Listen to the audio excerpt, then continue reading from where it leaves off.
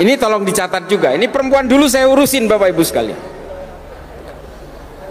Angka orang yang tidak percaya adanya Allah itu paling tinggi di Saudi, di Arab Saudi. 5 dari 300 orang Saudi mengaku tidak percaya kepada Rasulullah dan tidak percaya adanya Allah. Kok bisa? Saudi loh. Kenapa itu? Karena di Saudi ajaran Wahabi itu, dakwah An-Najdiyah itu sangat mengekang perempuan tuh. Jangankan dalam kehidupan sehari-hari, sampai parkir pun perempuan dan laki-laki itu harus terpisah. Parkir, sekolah mereka harus dipisah, ke mall harus dipisah, mantenan harus dipisah, sehingga akhirnya apa? Perempuan di Saudi itu memberontak. Loh, saya menjadi perempuan ini kan bukan kehendak saya, tapi kok Allah tidak adil kepada kalangan perempuan? Maka Saudi akhirnya melahirkan perempuan-perempuan yang tidak percaya kepada Islam, tidak percaya kepada tuntunan Rasulullah, dan tidak percaya dengan adanya Allah. Namanya Rana Ahmad, ada Dina Ali Sahnun, ada Rahaf Al-Kunun, ada Ajla, ada Aiwa. Ini adalah orang-orang Saudi, perempuan yang akhirnya kabur dari Saudi karena tidak percaya Allah. Di Saudi itu dipenggal kepalanya. Yang menjadi korban dari fikih-fikih yang terlalu menindas kepada kalangan perempuan ini, akhirnya mereka memberontak dengan tidak percaya kepada Allah. Nah, ini penting, Bu. Nah, kita inginnya punya cita-cita yang sama, satu keluarga besar, satu anak keturunan kita semuanya itu akan masuk surga. Jangan sampai ada yang ateis, jangan sampai ada yang tidak percaya kepada Allah. Ini adik-adik sekalian nih, adik-adik sekalian dari santri dan siswa sekolah. Hari ini Bapak Ibu sekalian, saya mau ceritain soal ketidakpercayaan kepada Allah. Nanti saya hubungkan dengan bagaimana orang-orang NU harus menyikapi ini. Kalangan Nahdien harus mengikuti pola-pola supaya Islam itu tegak kembali dalam ilmu pengetahuan. Ini penting nih. Jadi Bapak Ibu sekalian, saya kemudian punya rasa penasaran, mengapa anak muda di Arab itu lebih mudah tidak percaya adanya Allah. Saya datang ke beberapa kota di Arab untuk membuktikan apa pangkal penyebabnya. Yang pertama, ternyata buku-buku yang menganjurkan ketidakpercayaan kepada Allah di Arab itu sedang naik-naiknya.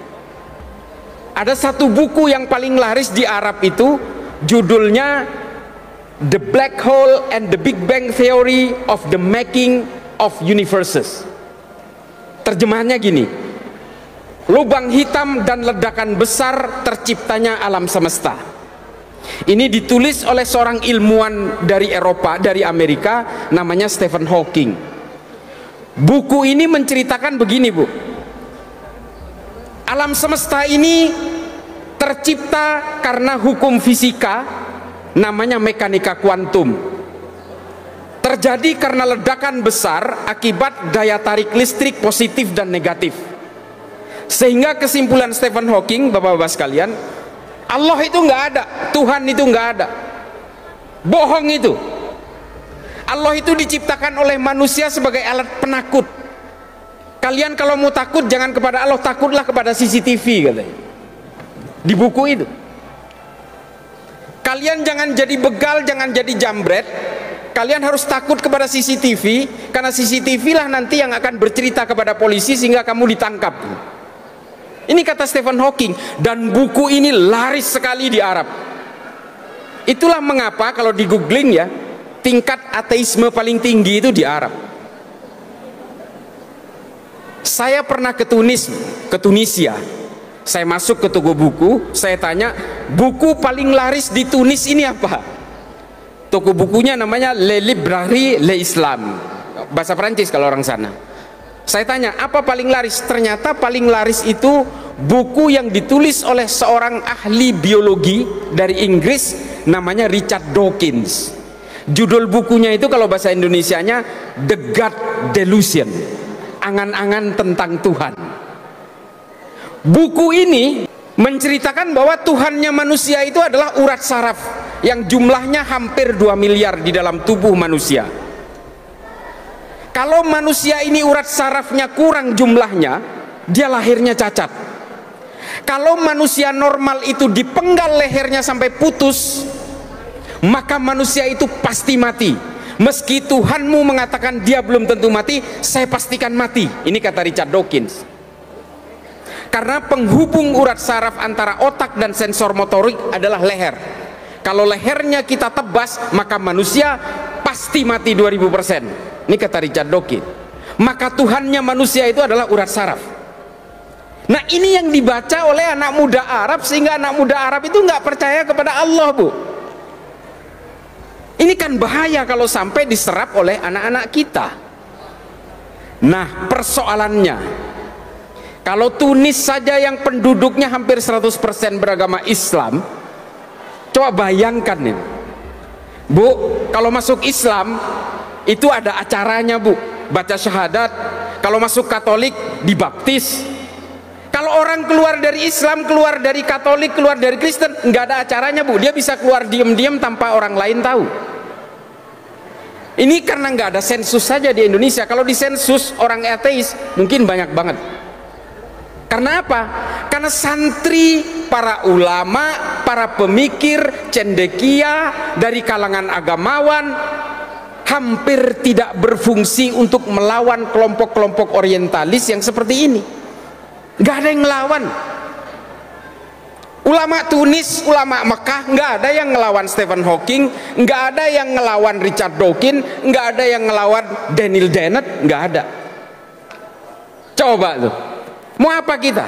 Maka kemudian generasi kita bisa digerus perlahan, dan kemudian mereka tidak percaya adanya Allah, dan mereka tidak percaya adanya agama, sehingga kalau kita suruh sholat, bisa aja sholatnya pura-pura, karena di hatinya udah nggak yakin. Dan ini menimpa generasi muda di Arab. Saya nggak bisa bahasa Sunda, makanya saya nggak bisa ngelucu. Kalau bahasa Madura saya bisa, tapi nggak apa-apa. Serius seperti ini, tapi mudah-mudahan bisa diserapi oleh kita, kalangan Nahdien yang menjadi andalan bangsa ini. Tepuk tangan untuk NU. Nah, pada suatu kesempatan, Bapak Ibu sekalian, nah ini ironis, saya mampir ke Berlin sepulang dari Tunis. Saya datang ke toko buku, saya tanya, ini direkam ini, mudah-mudahan banyak yang nonton. Saya datang ke toko buku, ada buku Islam nggak di sini? Lalu dia bilang ada, satu. Ada yang beli nggak? Nggak ada.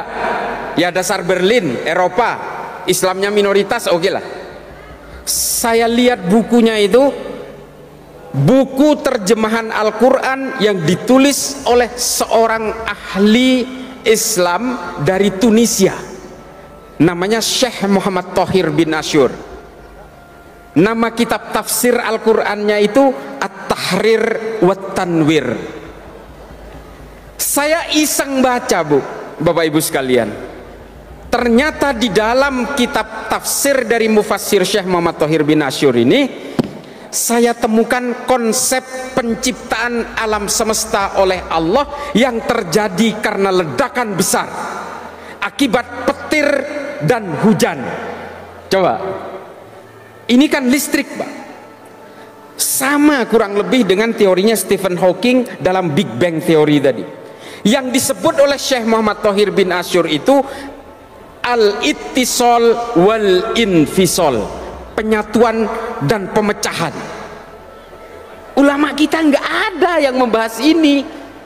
Makanya ajaran-ajaran yang tidak percaya Allah seperti Stephen Hawking dan Richard Dawkins tadi merajalela di Arab.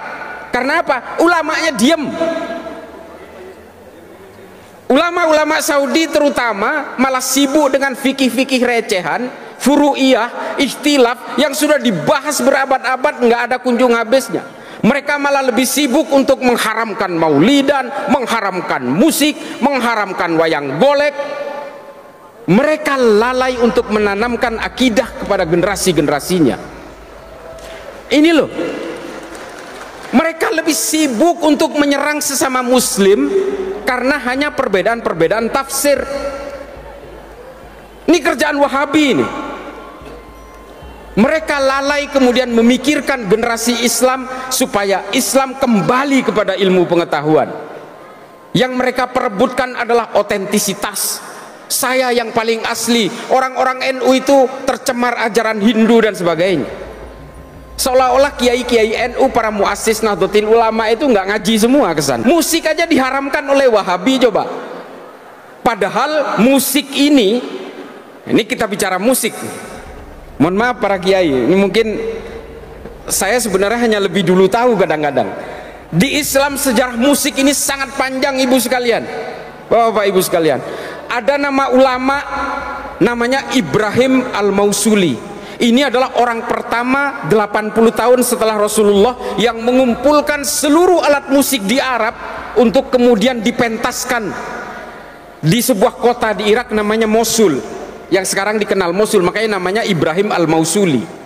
Dan kemudian dipentaskan juga di beberapa kota termasuk Damaskus dan Madinah. Sehingga apa? Akhirnya seorang ulama Islam namanya Al-Kindi menemukan notasi dasar musik.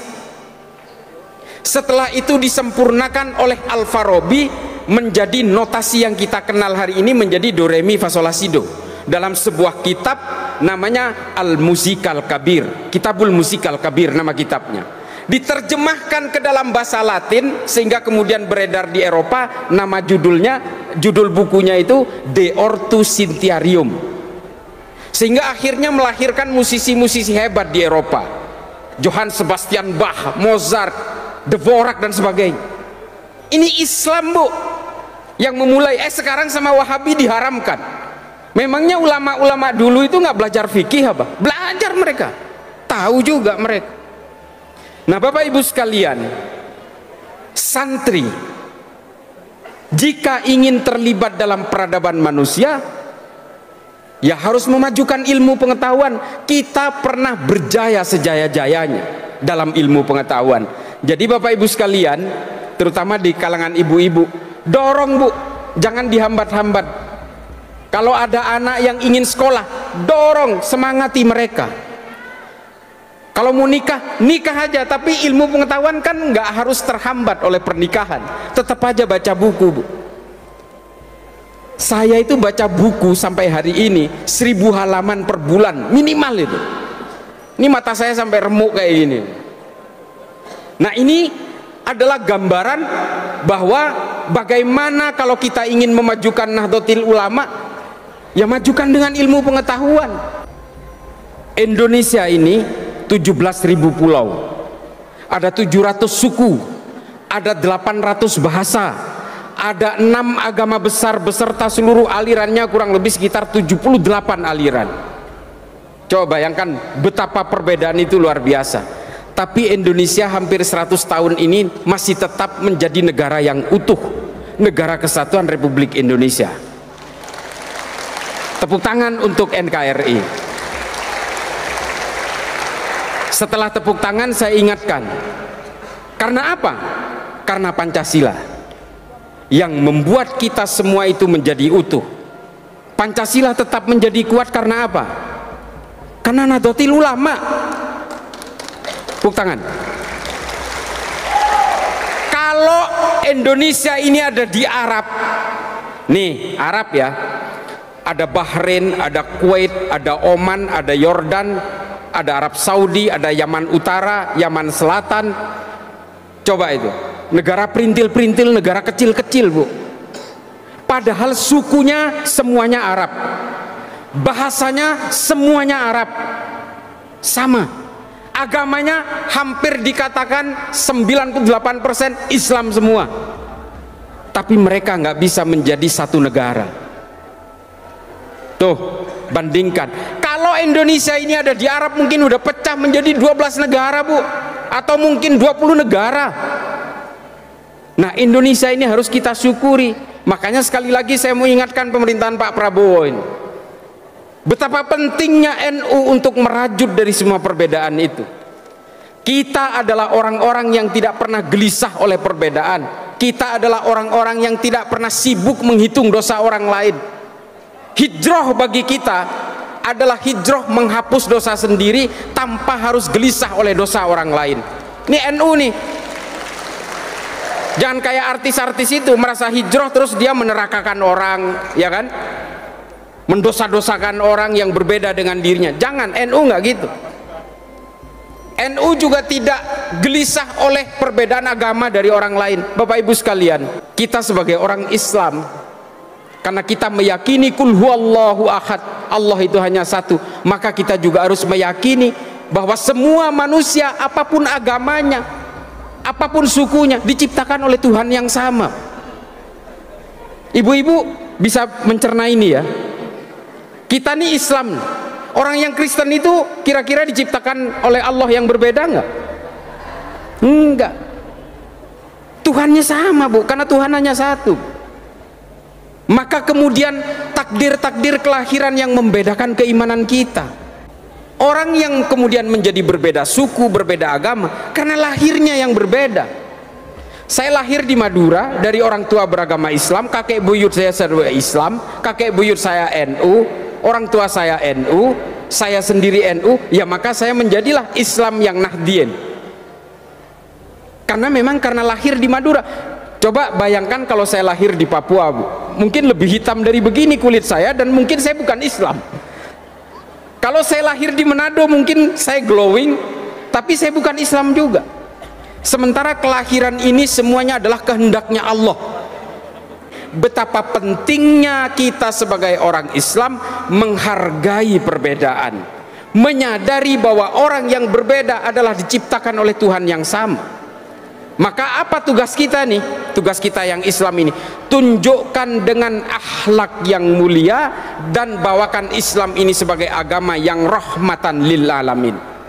Itu dua tugasnya. Sehingga apa? Orang beragama lain akan tertarik kepada agama kita sehingga mereka mau mempelajari keimanan-keimanan kita. Supaya apa? Membuka pintu hidayah kepada orang yang berbeda agama. Bukan dengan mencaci maki, bukan dengan menghujat, bukan dengan menyalah-nyalahkan, bukan dengan meneraka-nerakakan orang yang berbeda. Menganggap agama kita benar harus, wajib. Saya sebagai orang Islam menganggap hanya Islamlah yang paling benar. Innad dina indallahil Islam, jelas. Tapi menganggap Islam adalah agama yang benar, agama yang kita anut yang paling benar, tidak harus menganggap agama orang lain pasti salah dan apalagi menyalah-nyalahkan. Untuk menganggap istri saya cantik, tentu saja saya tidak harus menjelek-jelekkan sampian semua, tidak perlu. Cantik ya cantik aja buat saya. Istri saya ada tuh, bangga pasti itu. Jadi Bapak Ibu sekalian, begitulah konsep beragama berbasis kemanusiaan, al-insaniyah qabla tadayyun, humanity before religiosity. Ini penting, Bu, karena ini adalah ajaran Rasulullah. Rasulullah tidak pernah memaksa orang-orang yang belum berislam untuk tunduk kepada agama Islam. Rasulullah tidak pernah ada riwayatnya satupun di dalam kitab-kitab sejarah, At-Tabari, Imam As-Suyuti, Al-Mas'udi, Ibnu Katsir, Ibnu Athir, Ibnu Khaldun, tidak pernah menceritakan bagaimana Rasulullah memaksakan orang untuk menjadi Islam. Tidak. Rasulullah menyebarkan Islam itu dengan kedamaian, dengan kemanusiaan. Banyak kisahnya, nggak perlu saya kisah-kisahkan soal ini. Di dalam sirah nabawiyahnya Raqib As-Sirjani, ada Ibnu Ishaq, ini semua menceritakan bagaimana Rasulullah itu membawa Islam ke dalam suatu konsep perdamaian yang luar biasa. Nah, ini mudah-mudahan bisa ditiru oleh kalangan Nahdien, adik-adikku, anak-anakku semua, supaya Nahdlatul Ulama ini tetap bertumpu kepada kemanusiaan dan peradaban. Tujuannya apa? Supaya kita bisa memajukan Islam ini dengan ilmu pengetahuan, sehingga kalangan Nahdien tidak lagi terpuruk dalam peradaban manusia. Hari ini mudah-mudahan, kemarin 1 abad NU kan ada fikih peradaban. Nah, ini kalau kita pahami dari isinya semua, maka kita harus memajukan ilmu pengetahuan. Kejar ilmu itu kemanapun, baca buku. Jangan sampai cuma hanya baca satu buku lalu menganggap inilah yang paling benar. Jangan, semua harus dipelajari sehingga kita berhasil menemukan konsep yang paling hakiki. Sekali lagi saya ingin mengingatkan bahwa Islam ini bertumpu kepada kemanusiaan, selain kita harus mempertebal iman.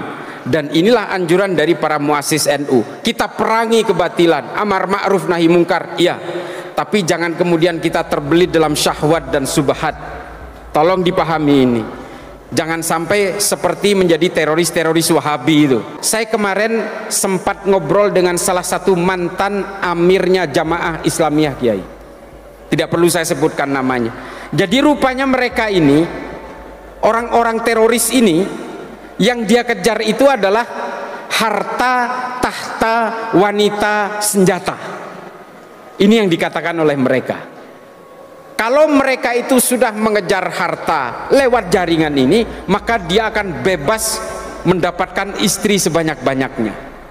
Itu tujuannya. Dan kalau sudah semuanya didapat, dia akan mendapatkan senjata sebagai simbol dari superioritasnya dia. Kan akhirnya apa? Dia membunuh orang, ngebom Polsek Astana Anyar, ngebom di Cicendo segala macam. Akhirnya apa? Dengan jubah agama dia sebenarnya hanya ingin memperkaya diri.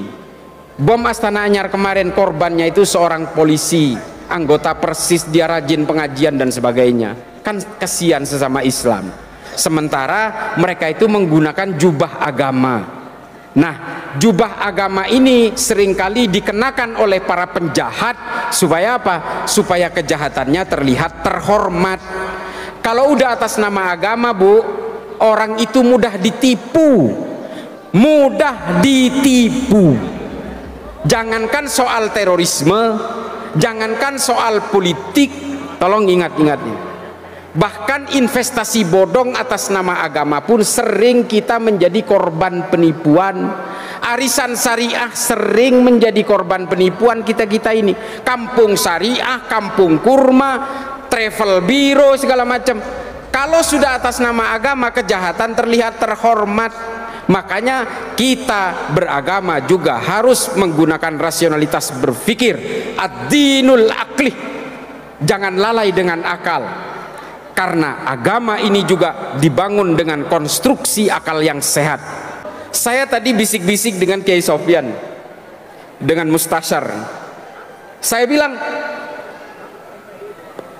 Pancasila itu nggak ada apa-apanya kalau nggak ada NU. Saya pertegas, kita semua sadar yang mempersatukan bangsa ini adalah Pancasila. Tapi kalau nggak ada Nahdlatul Ulama, Pancasila nggak ada apa-apanya. Maka kemudian orang-orang yang ingin merobohkan Indonesia itu pasti ingin merobohkan Nahdlatul Ulama lebih dulu, sehingga mereka nantinya akan dengan mudahnya merobohkan Pancasila. Saya bukan karena terlalu NU, Pak, bukan. Saya ini NU tulang sumsum memang. Tapi yang menemukan teori tentang kekuatan NU di Indonesia itu seorang akademisi barat namanya Phil Caruso, yang mengatakan bahwa perekat Indonesia itu adalah Pancasila. Tapi Pancasila itu nggak bakal ada apa-apanya kalau nggak ada Nahdlatul Ulama. Ini kata Phil Caruso. Saya nggak ngecap, Pak. Kalau dulu NU itu mau memberontak ke Indonesia, bisa aja, Pak. Lah sekarang nih contohnya nih, anggota Banser itu 7 juta loh, anggota Banser. Polisi kita jumlahnya, tolong dikoreksi kalau ada polisi di sini. Anggota polisi kita 482.000. Tentara kita 1.076.000. Banser 7 juta. Coba kalau NU mau memberontak, cukup ngandalin Banser aja, meskipun nggak punya senjata, bisa itu ngerebut itu. Tapi menjadi pemberontak ini bukan DNA-nya NU. NU nggak diwariskan itu oleh para muassis Nahdlatul Ulama.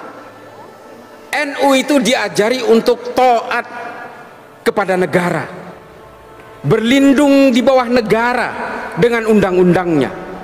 NU nggak pernah memberontak, meskipun zaman Soeharto kita digencet habis-habisan, pernah nggak memberontak? Muktamar NU di Cipasung dulu, Ansor itu datang semua mengintimidasi Gus Dur, dibuat sosok tandingan untuk melawan Gus Dur namanya Abu Hasan. Tetap aja orang-orang NU itu nggak terpengaruh. Makanya NU itu kalau kata orang Jawa itu ya nggak gampang kaget lah, orang gumunan. NU dari dulu digencet-gencet Pak, dihajar oleh PKI, dibantai ulama-ulama NU dan anak-anak Ansor di Banyuwangi. Ketika ngelawan NU disalahin. Dari dulu itu selalu dicurigai. Apakah NU pernah mau memberontak kepada Indonesia? Nggak pernah. Ini mohon maaf kalau ada yang pernah berhubungan dengan gerakan ini ya. Kartosuwiryo aja ini. Kartosuwiryo kalau tidak mendirikan NII Pak, dia jadi pahlawan. Bapak Ibu sekalian, dia penandatangan Sumpah Pemuda loh. Kartosuwiryo itu menandatangani Sumpah Pemuda, dan dia orang dekatnya Bung Karno. Tapi karena hanya kecewa karena dia tidak mendapatkan konsesi politik sesuai keinginannya, setelah merdeka dia memproklamasikan berdirinya negara Islam Indonesia di Tasikmalaya. Kecewa dikit udah jadi pemberontak. NU nggak pernah. Gus Dur saja diturunkan secara tidak konstitusional, bahkan orang NU pada nyantai Pak, diem. Apa? Karena kata Gus Dur, tidak ada jabatan yang perlu dibela mati-matian. Buat saya bangsa ini jauh lebih penting. Ini kata Gus Dur. Maka NU menurut Phil Caruso, saya teorinya berpegangan itu, NU adalah perekat dari berbagai perbedaan itu. Bersama Pancasila dia seiring sejalan menegakkan NKRI. Tapi tolong diingat nih, pemerintah hari ini yang sudah berganti presidennya, tolong disadari Pak Prabowo dan Gibran sebagai wakil, Pancasila nggak ada apa-apanya kalau nggak ada NU. Jangan anak tirikan NU. Lah ini mohon maaf, jumlah anggota NU di sini itu 82 juta kurang lebih. Ngeludah aja banjir loh Indonesia ini. Ini nggak kaleng-kaleng. Bapak Ibu sekalian, di tengah berbagai gempuran ajaran-ajaran yang mengatakan NU ahlul bid'ah, ahlul kubur, ini orang-orang yang kufur dan tudingannya macam-macam. Mereka itu hanya ingin merobohkan Pancasila sebenarnya, makanya kita itu dipersekusi habis-habisan. Terutama orang-orang Wahabi itu. Setiap NU melakukan upaya-upaya kultural, wah dia selalu disindir. Hampir separuh bumi ini sudah saya datangi Bu. Hampir separuh bumi ini pernah saya datangi. Mengapa negara-negara itu masih berkonflik hingga hari ini? Karena mereka nggak punya NU Bu. Beneran ini. Ini contoh. Saya 2 tahun menjadi penasehat pemerintahan Somalia untuk menghalau gerakan radikal dan teror. 2 tahun. Satu negara Somalia itu pahamnya Wahabi Salafi semua. Satu negara.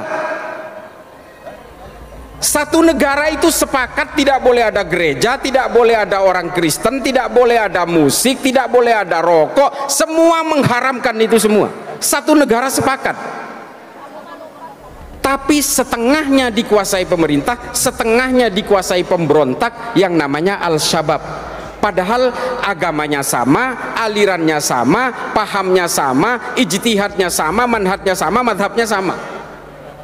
Coba bayangkan. Apalagi Indonesia yang berbeda-beda. Ini mereka nggak bisa akur. Kenapa? Ya karena nggak ada Nahdlatul Ulama itu. Setiap rapat dengan pemerintah Somalia selalu saya usulkan, kalian harus membuat organisasi yang bisa menjadi perekat dari semua itu. Seperti di Indonesia yang namanya Nahdlatul Ulama, mereka nggak sanggup. Ya sudah, saya berhenti. Saya makan gaji buta 2 tahun Pak Kiai. Akhirnya saya berhenti karena setiap usul saya nggak diterima oleh mereka, nggak bisa diwujudkan. Daripada saya makan gaji buta, ya sudah saya berhenti aja. Lumayan sih gajinya, 25 juta sebulan. Tapi ya saya akhirnya berhenti karena usul saya untuk menciptakan sebuah bejana kebangsaan berbasis agama tidak pernah mereka bisa wujudkan. Mari bicara Sudan, bicara Nigeria, bicara Suriah, bicara Palestina, sama aja Pak. Kalau di Palestina hari ini memang menjadi korban kemanusiaan dari kebiadaban Israel, yang ada adalah wadah paramiliter seperti Hamas, Al-Qassam dan sebagainya. Itu adalah pasukan perang. Tapi lembaga yang sejenis Nahdlatul Ulama nggak ada Pak, yang mau berdiplomasi, yang mau merajut dari segala perbedaan, itu nggak ada.